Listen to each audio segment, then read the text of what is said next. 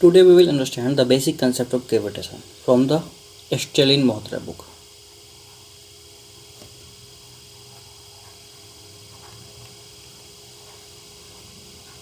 इस बुक से हम जो है टोटल कंसेप्ट को पहले समझते हैं, बेसिक कंसेप्ट, फिर उसके बाद हम लोग इसका न्यूमेरिकल सॉल्व करेंगे। ठीक है, तो पहले जो फैक्ट्स हैं हम समझते हैं ग्रेविटेशन क्या होता है। Gravitation refer to the force of attraction between any two bodies of universe. मतलब क्या हुआ कि यूनिवर्स में अगर दो बॉडी है, इनके बीच में फोर्स लग रहा है तो ये ग्रेविटेशन कहलाएगा। इनके बीच का जो फोर्स होगा that will B gravitation force. ठीक है, आगे हम बात करते हैं यहाँ पे कि this was discovered by Newton in 1665। तो एक साइंटिस्ट था न्यूटन नाम का, ठीक है, उसी ने ये 1665 में डिस्कवर करा था। इसके पीछे का स्टोरी अगर हम जाने तो उसने लॉजिक दिया था कि ट्री से है ना एक एप्पल गिरा, एप्पल को उसने देखा ये नीचे क्यों गिर रहा है ना, ये ऊपर क्यों नहीं गया, तो किसी और डायरेक्शन में क्यों नहीं गया, नीचे ही क्यों गया। तो बाद में इसके बारे में इसने स्टोरी लगाया, इसने खोजा कि अर्थ के पास एक फोर्स होता है। ठीक है, अर्थ के पास एक फोर्स होता है ग्रेविटेशन, जो नीचे खींचता है किसी बॉडी को, है ना। तो बाद में पता चला इनफैक्ट दुनिया का हर वस्तु जो है एक दूसरे बॉडी को फोर्स लगा रहा है। ठीक है, इनफैक्ट कि जो आपके पास अभी मोबाइल है सामने में, वो भी आपके बॉडी को खींच रहा है, लेकिन फोर्स इतना कम है कि ये आपको पता नहीं चल सकता है ना, बहुत कम फोर्स होता है। तो आगे जो है जब ज़्यादा मास बढ़ता है तो हमें धीरे धीरे फोर्स पता चलता है। तो लॉजिक क्या है कि when he saw an apple falling down the tree, जब उसने एप्पल को देखा नीचे गिरते हुए, तब इसके बारे में उसने कंसेप्ट लगाया कि ये ग्रेविटेशन नाम का कोई फोर्स होता है। आगे हम बात करें यहाँ पे तो देखेंगे इसके बाद न्यूटन्स लॉ ऑफ ग्रेविटेशन क्या है। तो यहाँ पे देखिए न्यूटन्स लॉ ऑफ ग्रेविटेशन क्या है, इसकी बात करें तो यहाँ पे every object in the universe attract every other object with a force directly proportional to the product of their mass and inversely proportional to the square of their distance between them. अब इन बात को थोड़ा समझते हैं क्या कहता है कि दुनिया में जब भी दो ऑब्जेक्ट है या दो बॉडी है, ठीक है, तो इनके बीच में जो फोर्स लगेगा, तो मान लेते ये m1 मास का है, ये m2 मास का है, तो फोर्स जो लगेगा ना, तो that will be directly proportional to their mass. तो F will be equal to directly proportional to m1 into m2। And इसके बीच में मान लीजिए डिस्टेंस जो है दैट इज r है, तो फोर्स जो होगा इनवर्सली प्रोपोर्शनल टू 1/r² होगा।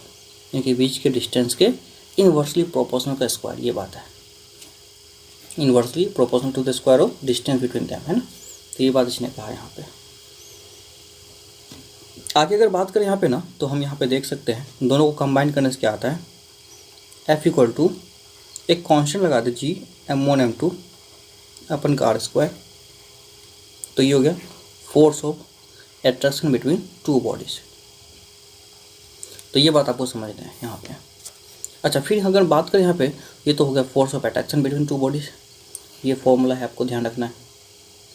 अच्छा, जी का जो वैल्यू होता है ना, तो जी इक्वल टू होता है 6.67 इंटू 10⁻⁻11 न्यूटन मीटर स्क्वायर पर kg²। ठीक है, तो इन फॉर्मूला को भी याद रख ले तो आपको न्यूमेरिकल सॉल्व करने में बहुत बड़ा हेल्प मिलेगा। ठीक है, आगे हम बात करते हैं, नेक्स्ट देखिए एफ के बारे में। तो क्या दे रखा है यहाँ पे, when where force F is the force of attraction between m1 and m2। तो इन दोनों के बीच में जो फोर्स है ना दैट इज अट्रैक्शन फोर्स, ये m1 m2 है, and r is the distance between them.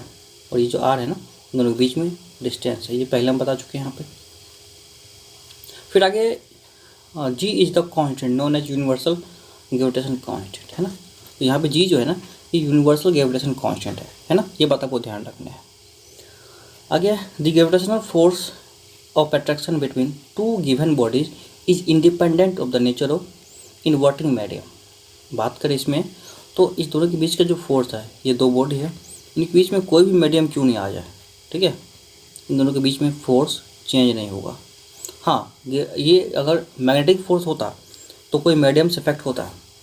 अगर ये मैग्नेट होता, यहाँ पे एक बॉडी और ये बॉडी के बीच में मैग्नेटिक फोर्स काम करता, तो वो ज़रूर थोड़ा सा अलग होता इस मीडियम की वजह से। लेकिन ग्रेविटेशनल फोर्स में कोई बीच में वस्तु आ जाए, कोई मीडियम आ जाए, उससे कोई फ़र्क नहीं पड़ता है, जो दोनों के बीच में फोर्स लगना है वही लगेगा। ठीक है, तो ये मीडियम से इंडिपेंडेंट होता है। ठीक है, आपको ध्यान रखना है। ठीक है। तो ये मीडियम से इंडिपेंडेंट होता है, इंडिपेंडेंट फ्रॉम मीडियम। तो ये बात आपको ध्यान रखना थोड़ा सा। आगे देखिए क्या है, देखते हैं सेकेंड पार्ट इसमें।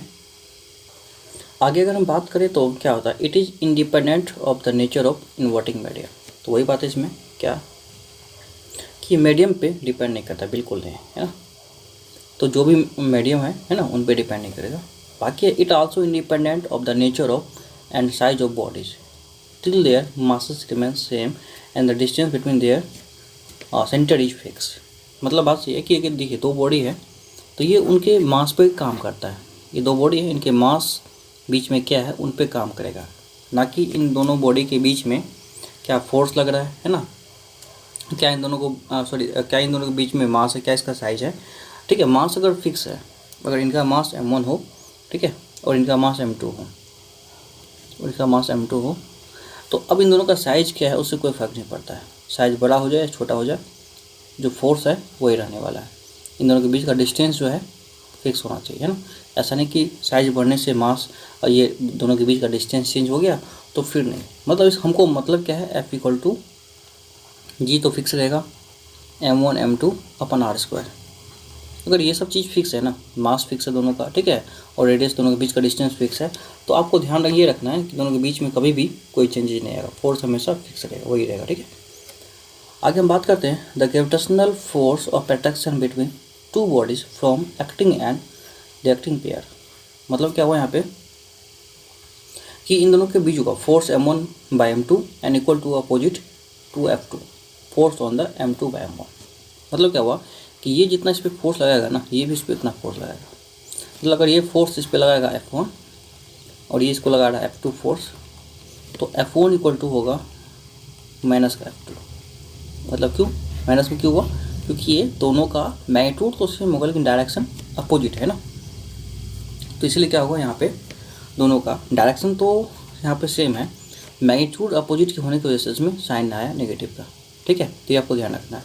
तो नेचर तो सेम है लेकिन क्या होगा यहाँ पे डायरेक्शन क्या होगा, थोड़ा सा अपोजिट होगा, ठीक है, ये ध्यान रखना है। तो दोनों का मैग्नीट्यूड सेम होगा एंड डायरेक्शन अपोजिट। आगे अगर हम बात करें यहाँ पे ना, तो ग्रेविटेशनल कांस्टेंट जी के बारे में, तो द ग्रेविटेशनल कांस्टेंट जी इसके बारे में बता चुके हैं। It is a numerical equal to the gravitational force of two unit masses kept at distance apart. G is equal to 6.67 × 10⁻⁻11 newton metre per K ji square. मतलब क्या हुआ कि अगर दो 1 kg का बॉडी रखा हुआ, ये भी 1 kg है, ये भी 1 kg है ना, यहाँ पे ये भी 1 kg का है, और इनके बीच का डिस्टेंस पे अगर 1 मीटर है, तो इनके बीच में जो फोर्स लगेगा ना, तो ये फोर्स जो होगा जी के बराबर लगेगा, दैट विल बी 6.67 × 10⁻⁻11 इतना फोर्स लगेगा। चाहे तो कैलकुलेट कर सकते हैं, जो एफ का वैल्यू होता है F equal to ji m1 m2/r²। तो ये भी 1, ये भी 1, ये भी 1 हो जाएगा, तो F इक्वल टू क्या हो जाएगा, जी हो जाएगा ना। तो सारे अगर 1 तो F इक्वल टू हो जाएगा जी, और F इक्वल टू जी हो गया तो आप देख लीजिए यहाँ पे जो फोर्स होगा जी के बराबर हो जाएगा, ठीक है। इस तरीके से फोर्स जी के इक्वल काम करेगा। आगे बात करते हैं advantage of the large force of earth gravitation. तो ये जो इसका क्या एडवांटेज है अर्थ का लार्ज फोर्स का। There are 2 advantage of this large force earth gravitation namely. तो the large force of earth gravitation on the molecules of air is possible for the holding the atmosphere position around the globe. पहली बात है कि जो अर्थ के चारों ओर atmosphere है, ये किस वजह से है, अर्थ के ग्रेविटेशनल फोर्स की वजह से है। ये बात आपको पहले से पता होगा, जूनियर क्लास में भी आप पढ़े होंगे, है ना। तो इसका क्या एडवांटेज है कि हमारे चारों ओर जो एयर है, ठीक है, जिसको एटमॉस्फेयर कहते हैं, तो ये हमारे अर्थ के ग्रेविटेशनल फोर्स की वजह से है, ठीक है। ये बात आपको ध्यान रखना है। आगे बात क्या देखिए, आगे अगर बात करें इसमें दे रखा है क्या कि this force of attraction is also responsible for holding us firmly on the surface of earth. मतलब क्या हुआ कि हम जो अर्थ के सरफेस पे रहते हैं, ये ग्रेविटेशनल फोर्स की वजह से रहते हैं। अगर ग्रेविटेशनल फोर्स ना हो तो हम इतने स्ट्रांगली नहीं रह पाएंगे अर्थ सरफेस पे। उसके बाद नेक्स्ट है यहाँ पे कि acceleration of the dropped stone. कोई स्टोन को अगर हम नीचे फेंक दें, उसका क्या एक्सेलरेशन होगा। तो अगर बात करें यहाँ पे, तो acceleration of the drop stone is independent of mass drop depends on it. मतलब क्या हुआ कि अगर मान लीजिए एक मास m1 है, इसका 2 kg है बॉडी का, और एक मास है इसका m2 5 kg है, तो हम बात करेंगे दोनों में से किस बॉडी के पास ये कौन ज़्यादा एक्सेलरेशन चलेगा, नीचे गिरेगा, जल्दी कौन गिरेगा नीचे। तो आंसर होगा दोनों का जो है स्पीड और दोनों का टाइम जो होगा सेम होगा, क्योंकि दोनों का एक्सेलरेशन जो होगा 9.8 जो अर्थ का होता है मीटर पर सेकेंड स्क्वायर से नीचे गिरेगा। मतलब कहने का क्या हुआ कि मास पे एक्सेलरेशन डिपेंड नहीं करता है, ठीक है। तो एक्सेलरेशन इज इंडिपेंडेंट फ्रॉम मास, आपको ये बात ध्यान रखना है ना। तो मास पे एक्सेलरेशन कतई काम नहीं करता है, बॉडी का मास कुछ भी हो, एक्सेलरेशन जो है वो आपको ध्यान रखना 9.8 मीटर पर सेकेंड स्क्वायर ही होगा, ठीक है। वो आगे हम देखेंगे यहाँ पे दी मास ऑफ अर्थ, है ना। तो यहाँ पे क्या रखा है कि ये मास ऑफ अर्थ से, है ना, जो स्टोन का एक्सेलरेशन होगा ये किस पे डिपेंड करता है, मास ऑफ अर्थ पे। The distance of the stone from the centre of अर्थ इस पे डिपेंड करता है। मतलब अगर मान लीजिए अर्थ के सरफेस हम और ऊपर जाएंगे इसका एक्सेलरेशन घटेगा, नीचे भी जाएंगे तो एक्सेलरेशन घटेगा। सबसे ज़्यादा एक्सेलरेशन सरफेस पे होता है, आपको ध्यान रखना है, ठीक है। तो एक्सेलरेशन जो होगा सरफेस पे मैक्सिमम होता है, ठीक है। बाकी जगह पे ऊपर जाने पे और नीचे जाने पे दोनों जगह घटता है। सेंटर पे जो एक्सेलरेशन होगा दैट विल बी 0, ठीक है, ये ध्यान रखना है। Thus the acceleration is the same for all the falling object and called acceleration due to gravity। तो ये एक्सेलरेशन जो होगा ये हर बॉडी के लिए सेम होगा जो यहाँ पे अर्थ पे ऑब्जेक्ट है ना। अर्थ से जो भी वो ऑब्जेक्ट गिरेगा नीचे किसी हाइट से, सारे का एक्सेलरेशन सेम होगा, ठीक है। आगे बात करते हैं यहाँ पे the velocity and distance cover by object. तो वेलोसिटी और डिस्टेंस कैसे कवर करेगा ऑब्जेक्ट और किस किस कंडीशन में करेगा, क्या उसके लिए फॉर्मूला यूज़ करें। तो देखिए, to find the velocity and distance cover by object in a given time we use the standard equation of motion where a is replaced by g. क्योंकि ए होता था एक्सेलरेशन, आपको पता होगा। अब ए की बात करेंगे तो ए की जगह हम जी यूज़ करेंगे, जी होगा acceleration due to gravity, acceleration due to gravity. क्यों? क्योंकि अब हम यहाँ पे अर्थ की एक्सेलरेशन की बात करेंगे ना। जो है अर्थ है ये किस स्पीड से किसी बॉडी को नीचे खींच रहा है ना, तो ये एक्सेलरेशन काम करेगा। और जी का वैल्यू होगा, न्यूमेरिकल सॉल्व करते समय हम 10 मीटर पर सेकेंड स्क्वायर ले सकते हैं, लेकिन एक्चुअल जो वैल्यू होता है इसका ये होता है 9.8 मीटर पर सेकेंड स्क्वायर, ठीक है। ये बात आपको ध्यान रखना है।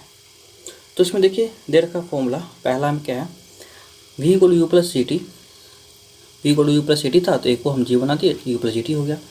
इसी तरह S U T plus half add square, तो जी टी प्लस हाफ एक जगह जी हो गया, यहाँ पे जी टी स्क्वायर। तो ये आपको ध्यान रखना है फॉर्मूला। फिर यहाँ पे दे रखा है u is initial velocity and v is final velocity, है ना, after time t। s is the distance cover, t is the time, u बराबर 0 इफ द बॉडी मूविंग है 0 इनिशियल वेलोसिटी। तो v equal to G T लगा दिए, s equal to half G T square. जब इसका u क्या है 0 है तो u 0 होगा तो ये तो 0 हो जाएगा, है ना, u इंटू टी 0, ये 0 हो जाएगा, ये 0 हो जाएगा। तो आप ये फॉर्मूला डायरेक्ट यूज़ कर सकते हैं। और एक और है यहाँ पे V square equal to U square plus 2s, V square equal to U square plus 2gh। तो ये भी फॉर्मूला आपको ध्यान रखना है यहाँ पे, ठीक है। तो इस फॉर्मूला से हम यहाँ पे सारे जो भी कैलकुलेट करना होता है डिस्टेंस डिस्प्लेसमेंट हम कैलकुलेट कर सकते हैं, ओके। आगे बात करते हैं हम यहाँ पे कि the value of G varies due to following factors. तो जी का वैल्यू चेंज होते रहता है कुछ फैक्टर के अगेंस्ट। कैसे, देखिए, g varies with altitudes, g decreases with increases in height above the earth surface. वही बात है कि अर्थ सरफेस से अगर हम ऊपर जाएंगे तो जी क्या होगा, ये घटेगा, ठीक है, डिक्रीज होगा, आपको ध्यान रखना है। वही बात है अर्थ सरफेस से अगर हम अंदर भी जाएंगे तभी जी क्या होगा, घटेगा, ठीक है, जी डिक्रीज होगा, आपको ध्यान रखना है। ऊपर जाए या नीचे जाए दोनों कंडीशन क्या होगा, जी घटेगा। तो वो देख लीजिए, आगे देखते हैं। तो फिर इसमें दे रखा है कि जी डिक्रीजेज विद डेप्थ, मतलब क्या कि नीचे जाने पे है जी क्या होगा, घटेगा। Next, G varies with shape of the earth. तो ये बात है कि अर्थ का शेप जो है फ्लैटनेस होने की वजह से क्या होगा, यहाँ और यहाँ जी मैक्सिमम, यहाँ और यहाँ जी मिनिमम होता है, ठीक है। क्योंकि यहाँ देखिए आर कम होगा, यहाँ आर ज़्यादा होता है, तो ये पोल पे है ना और इक्वेटर पे अलग अलग होगा। तो R P and R equator, तो इक्वेटोरियल में और पोलर में थोड़ा सा अंतर आपको बुझाएगा, ठीक है। तो ये ध्यान रखना है, क्योंकि यहाँ पे आपको पता होगा कि पोलर जो रेडियस होता है ये कम होता है इक्वेटोरियल रेडियस से, क्योंकि अर्थ का शेप थोड़ा फ्लैट होता है, इस तरीके से होता है। तो यहाँ पर देखेंगे आपको यहाँ मिलेगा ये डिस्टेंस, इसलिए दोनों में लगभग 15 किलोमीटर का डिफरेंस आता है अर्थ के शेप में, ये वजह होने से। तो यहाँ पे जो जी है ना, जी of polar and ji of equator, sorry ji of equator हो गया, जी ऑफ पोलर हो गया यहाँ पे। तो इक्वेटर वाला जो जी होगा ना, जी ऑफ इक्वेटर, ये बड़ा होगा पोलर से, क्योंकि यहाँ पे रेडियस बड़ा है, इस वजह से जी बड़ा होगा, आप देख सकते हैं। आगे बात करें यहाँ पे मास के बारे में, तो मास का it is the quantity of matter content in a body. तो क्या मैटर कंटेंट करता कोई बॉडी, उसको हम क्या बोलेंगे, that is mass. It is always constant, it is measured by beam balance. Mass को हम बीम बैलेंस से मेजर करते हैं। A weight is the force with which a body is attracted by centre of earth. तो earth के centre की ओर जिस force से बॉडी नीचे जाता है उसको क्या बोलते हैं, weight. It depends upon the value of G. Weight जो होता है W=mg होता है ना, आपको ध्यान रखना है। तो जिस फोर्स से खींचता है किसी बॉडी को उसको वेट बोलते हैं उस बॉडी का। It is measure by the spring balance. Weight को हम स्प्रिंग बैलेंस में मेजर करते हैं, है ना, ये बात आपको ध्यान रखना है। आगे बात करें तो वेटलेसनेस क्या होता है। It is a condition experience by fouling freely towards the earth. कोई बॉडी अर्थ की तरफ गिर रहा है, आप मतलब छत से कोई स्टोन को छोड़ दीजिए, ये बॉडी अर्थ के सरफेस की तरफ गिरेगा। इस कंडीशन में इसका वेट जो होगा दैट इज 0 हो जाएगा। मास नहीं, वेट 0 होगा, इसको बोलते हैं weightlessness condition.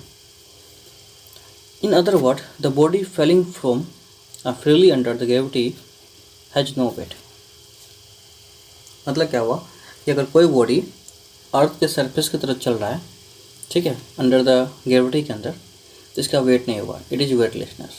A body in satellite is weightlessness because a satellite is falling freely towards earth, है ना।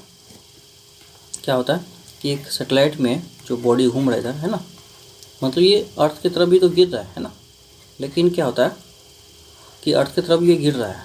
प्रॉब्लम क्या है कि जितना दूर में अर्थ की तरफ गिरेगा ना उतना देर में आगे चल जाता है।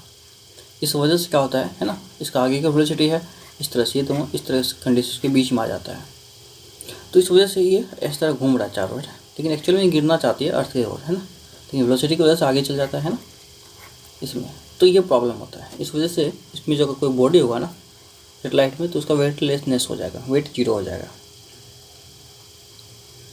बात करते हैं the principle of weightlessness of a freely falling body can be applied by the to the explain the state of weightlessness of an astronaut in spaceship. इंटरस्लिंग यहाँ पे दे रखा है, ठीक है, इन सर्कलिंग अराउंड द अर्थ।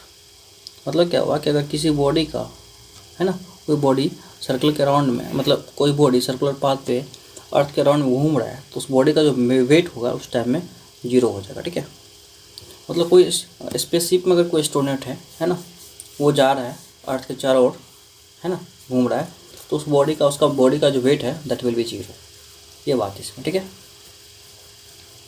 आगे बात करते हैं ग्रेविटेशन की। बात करें तो ग्रेविटेशन जो होता है यहाँ पे ये क्या होता है, फोर्स है ना। Gravitation force weakest force among 4 fundamental force. तो आपको पता होगा 4 फंडामेंटल फोर्स है, क्या क्या। एक तो इलेक्ट्रोस्टैटिक फोर्स, ठीक है, दूसरा मैग्नेटिक फोर्स, तीसरा, ठीक है, यहाँ पे सॉरी इलेक्ट्रोस्टैटिक फोर्स में आता है मैग्नेटिक फोर्स, तो ये आपको ध्यान रखना है। तो एक ही फोर्स आ गया इलेक्ट्रोस्टैटिक से, ये दूसरा हो गया आपको ठीक है। ग्रेविटेशनल फोर्स, एक होता है स्ट्रॉन्ग न्यूक्लियर, एक होता है वीक न्यूक्लियर।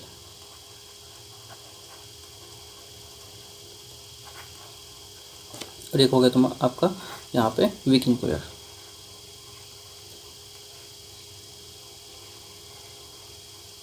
इन चार में जो है सबसे वीक फोर्स होता है ग्रेविटेशनल होता है, ठीक है, ये ध्यान रखना आपको। तो gravitational is the weakest force among all four fundamental force. तो दुनिया में केवल चार फोर्स होते हैं, है ना। इन चार फोर्स में ग्रेविटेशनल सबसे वीक फोर्स है। Gravity is the force of attraction exerted by the earth toward its center on a body lying on near the earth surface। तो कोई एक बॉडी को जो अर्थ खींचेगा अपने सेंटर की तरफ, इसको बोलते हैं ग्रेविटी बोलेंगे, ठीक है, ये ध्यान रखना। या फिर कोई लार्ज मास वाला ऑब्जेक्ट जो है ना, ये स्मॉल मास वाला ऑब्जेक्ट को खींचेगा, तो इनके बीच का फोर्स को हम ग्रेविटी बोलते हैं, आपको ध्यान रखना। जैसे अर्थ खींचता है किसी बॉडी को, ठीक है। It is a special case of gravitation and is called earth gravitational pull. तो ये स्पेशल केस होता है ग्रेविटी का, है ना, ग्रेविटेशन का, इसको बोलते हैं earth gravitational pull.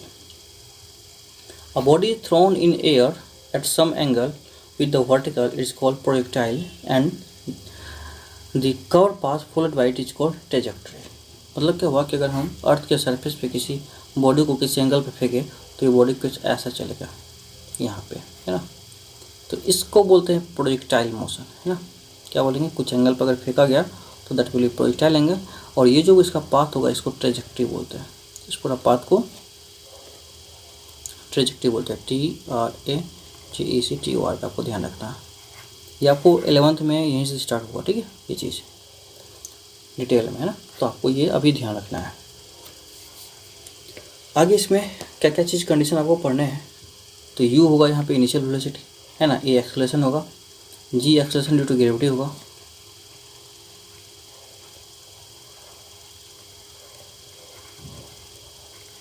To gravity, ठीक है। उसके बाद आपको V हो गया फाइनल वेलोसिटी,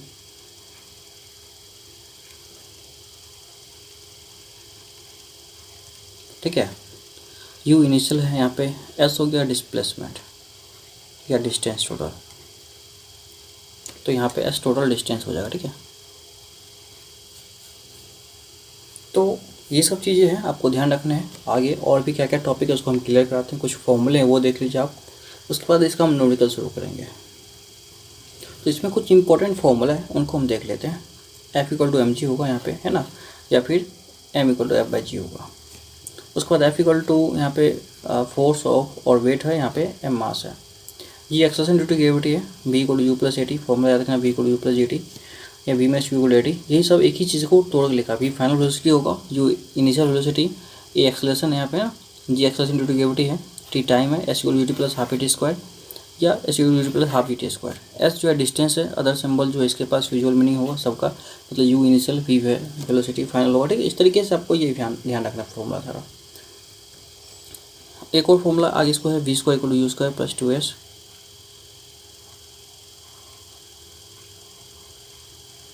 तो ये आपको ध्यान रखना है। आगे देखिए क्या है, कुछ फॉर्मूला उसको देख लेते हैं। तो इसमें दे रखा है यहाँ पे आप फोर्थ में V² = U² + 2S, या फिर ये फॉर्मूला आप ध्यान रख सकते हैं यहाँ पे, V² = U² + 2GS। U के बदले आप G को कर सकते हैं, सॉरी A के बदले आप G को यूज़ कर सकते हैं, ठीक है। अच्छा, आप एक बात और ध्यान रखेंगे, A हमेशा जो होगा, ठीक है, एक्सेलरेशन हमेशा डाउनवर्ड लगता है ना। तो जब वेलोसिटी अपवर्ड हो और एक्सेलरेशन डाउनवर्ड हो तो यहाँ पे A का साइन उल्टा हो जाएगा, नेगेटिव हो जाएगा B के बदले, ठीक है, ध्यान रखिएगा। इस कंडीशन में ऊपर वाले साइन को हमेशा पॉजिटिव लेंगे, है ना, और नीचे वाला साइन को हमेशा नेगेटिव लेंगे, ये आपको ध्यान रखना है। आगे यहाँ पे फोर्स F = G m1m2/r², ये तो फॉर्मूला पहले ही बता चुके हम। Where F is force, m1 m2 mass of the two bodies, r distance between two bodies, ठीक है। G gravitational constant, F = G m1m2/r², ये हो गया, है ना। आगे यहाँ पे है G acceleration due to gravity, G हो ग्रेविटेशनल कांस्टेंट, M हो गया mass, R radius of the earth. अब बात करते हैं कि G जो है कितना घटेगा या बढ़ेगा अर्थ के ऊपर जाने पे, ठीक है, यहाँ पे। तो the value of G decreases when we go above the earth surface. तो ऊपर जाने पे कि इस फॉर्मूला कौन सा घटेगा, तो न्यू जी होगा, जी न्यू इक्वल टू होगा आपको यहाँ पे g into r by r plus h, इसका स्क्वायर। तो कितना होगा, ये ओरिजिनल जी है ना, r by r plus h, कितना हाइट पे ऊपर गए, ये हाइट कितना ऊपर गया हम, है ना, यहाँ पे रखना है और इसका स्क्वायर कर देना है। तो आपको कितना जी आएगा ये आपको मिल जाएगा, कितना चेंज हुआ जी में। तो ये बात आपको ध्यान रखना है। उसके बाद है the value of G decreases with depth. तो अर्थ के अंदर जाने पे ये फॉर्मूला होगा, ठीक है। यहाँ पे डी ये डेप्थ है ना, डी डिनोट फॉर डेप्थ, ठीक है। और यहाँ पे रेडियस है of earth.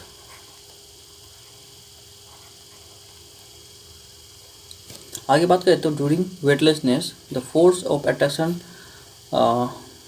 To the gravity does not become zero, it is the apparent weight of the body which becomes zero during the weightlessness.